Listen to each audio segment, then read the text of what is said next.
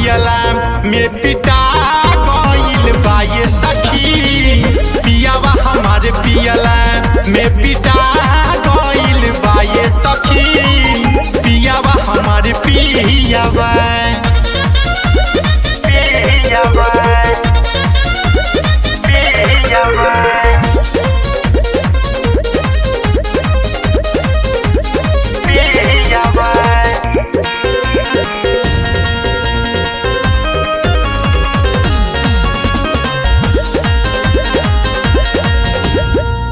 कैले बा जवानिया के नास हो।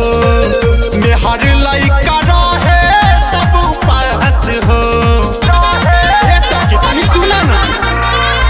कैले बा जवानिया के नास हो। मेहर लइका रहे सब पास हो। चेहरा पलहाइत रहे अब छुड़ा गइल बा ये सखी।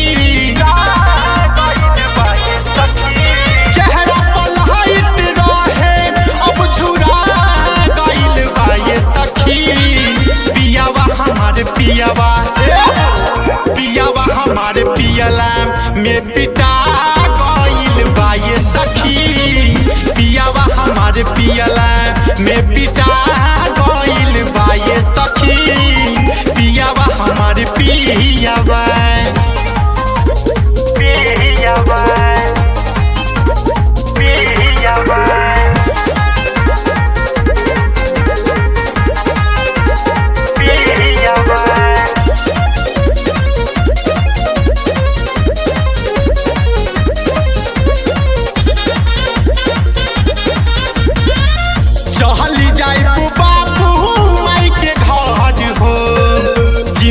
हमारी कैले बाजहाज हो। चली जाई पति महक जी के घर हो।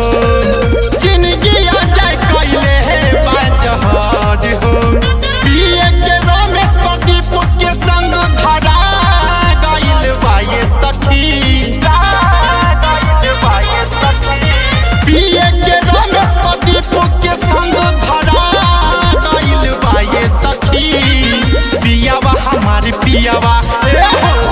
पियावा हमारे पियला में पिटा गइल बा ये सखी।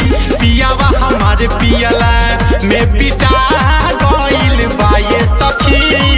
पियावा हमारे पियावा।